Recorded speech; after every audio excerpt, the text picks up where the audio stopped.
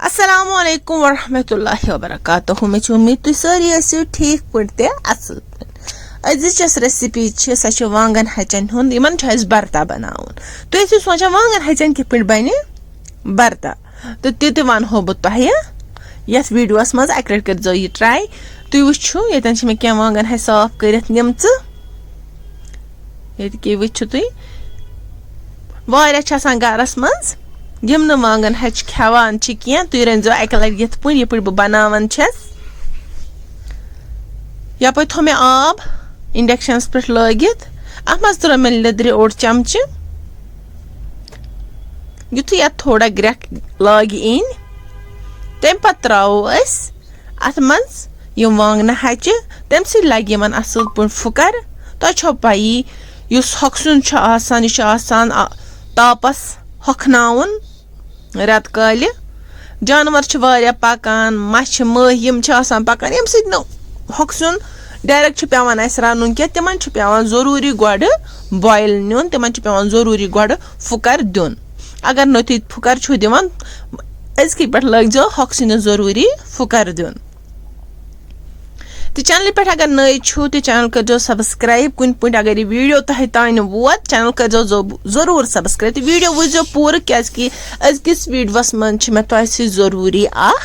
कत करें तो तुन मशवर मे जरूरी जान तो तुम दीजो अत बारस मज मे मशवर क्या तुम पई बो तुम सत हर कत शेयर करान मे पई तुम मे असल पे गाइड करान ये नी मे इमली अत त्रा बह वन आब ये मकलो मे इमली आब त्र थो वो साइडस तो हप दमो वांगन हचन नजर तिमन आवा असल पे फुकर दिन किन ना ये वो तुम वांगन हचन थोमुत असल पे फुकर दिन ये वो तुम इन असल पे फुकर दिन ये थोड़ा पेशेंस कम हकसो रनुन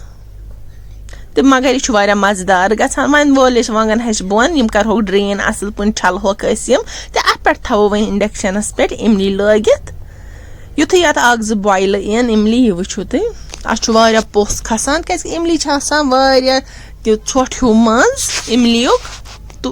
तो वन करो नी ड्रेन असल पे ताकि अत मटीरियल यह रोज होर कुन तो इमली आब वैसे बोन कुन बावलस मज थवन तो ये गो इमली आब असल पे जमा साफ तो बे साइड थो कड़ाई मज तेल तो युथ यह तोत ग अत त्रो गंड फुल तो यह करहोन गोल्डन ब्राउन यीस कालस यह गोल्डन ब्राउन ग तो तुम सत मे कथा कर मे तुम ब्रोट वोनमुत वीडियो वो पूर तो मे कमेंट कोर्मुत यथ चैनल पे सिबलिंग व्लॉग्स पे मासी बांजी व्लॉग्स पे तमो मे वोनमुत दीदी तुम जो चैनल चलावान गसान तुहन वीडियो मिस हु चैनल वुचान यप लगान पई यथ चैनल पे आमुत कह वीडियो मेहरबानी कर तुम करो अकोई चैनल यूज या मासी बांजी व्लॉग्स तुम करो सो कंटिन्यू यम फूड व्लॉग्स तुम खालान सिबलिंग व्लॉग्स पे तम खालू तुम तथ पे ताकि अस गि तुहन वीडियो मिस कह तो तिमन दिल दिल सान शुक्रिया करान तम मोन यूता सोचान तो बेचन तम यछान मोन कह वीडियो मिस करुन कह तो वन बह अथ बारस मज थोड़ा तुम सत मशवर पृछुन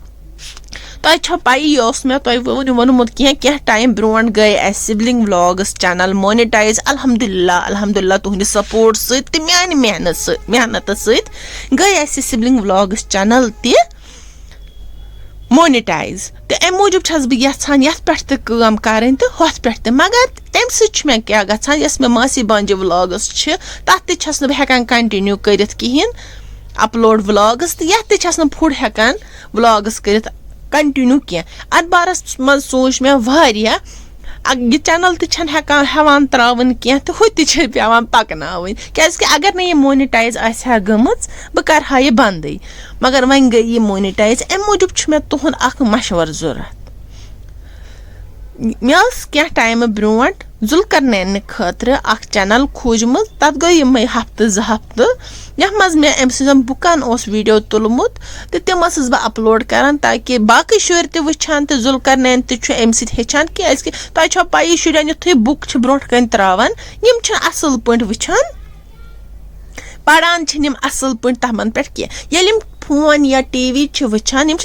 तथ पे ध्यान सान पढ़ान अम मूजूब मे चैनल खोजम बिस्मिल्लाह किड्स लर्निंग वीडियोज तथ पे जुल करने बुकन हुन पढ़नावान पत तमे वीडियो अपलोड कर तम सह कंसंट्रेट करान पढ़नस मज अगर तु यछान छु बह गस अक्से चैनल पे वीडियो अपलोड करें तेल मे तुहन अक मशवर जरूरत यथ चैनल पे खालो तेल तमे किड्स वीडियोज तमे बुकन हिंद वीडियो ताकि शुर त असल पे परें तुहद क्या राय अत मज अगर तु यछान छु वीडियो करो सारी फूड व्लॉग डेली व्लॉगिंग त करो मासी बांजी चैनल पे तेल क्या करो यथ चैनल पे हेको तमे किड्स वीडियो अपलोड करित यतन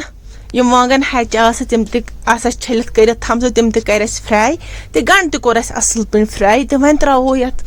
तिलस मज क्या गरम मसाल ये पे बजे यल 3 त्रा मे सब्ज यल 3 त्रा मे अत मज लेदर चमच ओड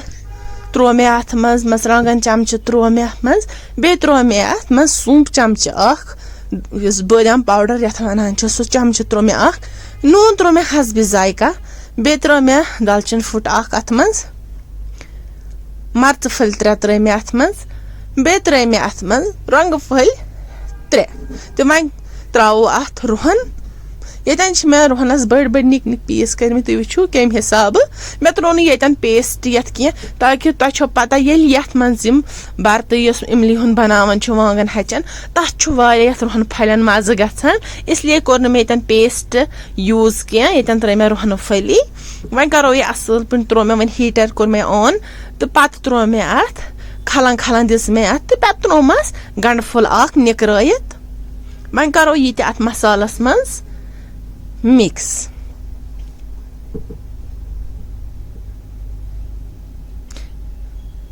अगर तुम चैनल पे नई छो तो चैनल कर सब्सक्राइब तो बेल आइकन दबाजो जरूर ये वो यतन गंड फुल करो असल पे मिक्स यह गोस नरम गो अम सह गस बरत बनान वांगन हचन हुन अत अमुक सूप मोट गसान तो अत मज तक अक लट कर तुम ट्राई वांगन हच रन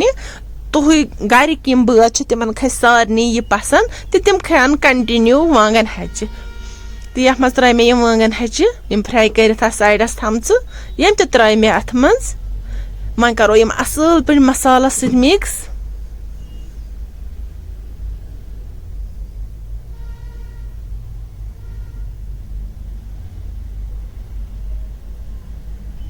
मसाल गोस यमन पूरा अंदर अचुन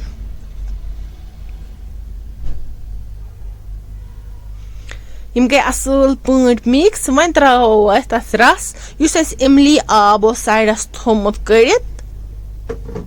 वन त्रो अत सुई इमली आब अत सोद आब त्राउन कह अत इमली आब त्राउन यथ बरत बनावन वांगन हचन हुंद अत बिल्कुल ते रस थवन कहें यह सोरे रस अत शपरावन यह वो तुम अगर तुम वांगन हच थोड़ा दर आनो तुम हेकू अत इमली हुन सह द्राव कांच नबर पत कोर मे पत त्रो मे तथ बे आब कोरम इमली हिंदिस तथ मिक्सचरस तो पत छोन मे सह पत त्रो मे सह बे आब अत तो पे त्रमस 2-3 ग्रेक त्रयित नीज दान वल यह वो तुम यतन त्रो मे नीज दान वल वन दिमो अत ग्रेक यह आब शपरावो अत सोरे अत गोस बिल्कुल रस का रोजुन कह मोट पेस्ट बनान